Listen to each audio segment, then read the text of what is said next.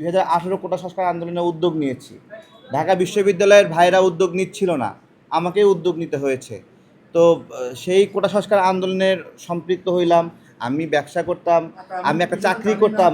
হ্যাঁ, আমি ব্যবসা করতাম, আমি চাকরি করতাম।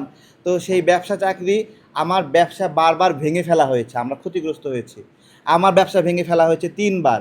আমার শ্বশুরের ব্যবসা ভেঙে ফেলা হয়েছে, আমার বাবার ব্যবসা আক্রান্ত হয়েছে।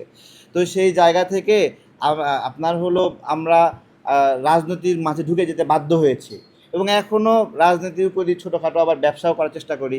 অনেকে, আমি তারেক না, ওই দেখলাম যে লন্ডনে জমান তারেক রহমানের বিষয়ে প্রশ্ন করে তার আয়ের উৎস কী, তাই তো এটার উত্তর বিএনপি এটা ভালোভাবে দিতে পারে না।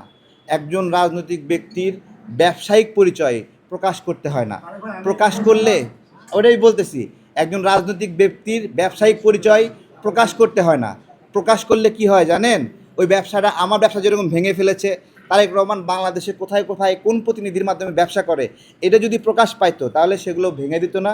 কেন কোকো কোকো ভাইয়ের লঞ্চ ডুবাই দিছে না? মনে আছে আপনাদের? মনে আছে না? হ্যাঁ, এমভি কোকো লঞ্চ ডুবাই দিছে না?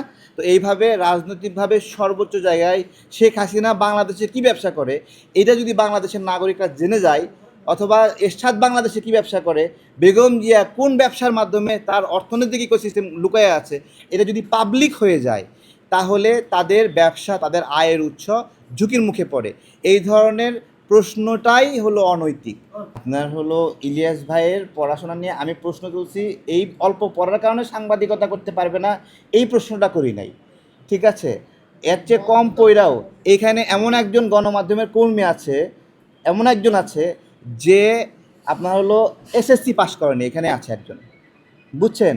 কিন্তু এই জুলাই গণ অভ্যুত্থানে তার ভয়ঙ্কর সাহসী ভূমিকা আছে।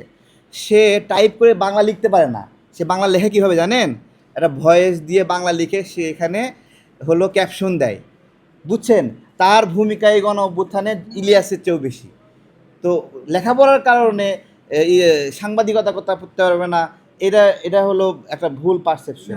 আমি ওই জায়গায় প্রশ্ন করিনি, আমি প্রশ্ন করছি কোন জায়গায় ইলিয়াসকে, ইলিয়াস ভাইকে প্রশ্ন করছি। আমি কিন্তু বারবার ইলিয়াস ভাই বলতেছি, তাকে ওই গার্ডসটা রাখতেছি।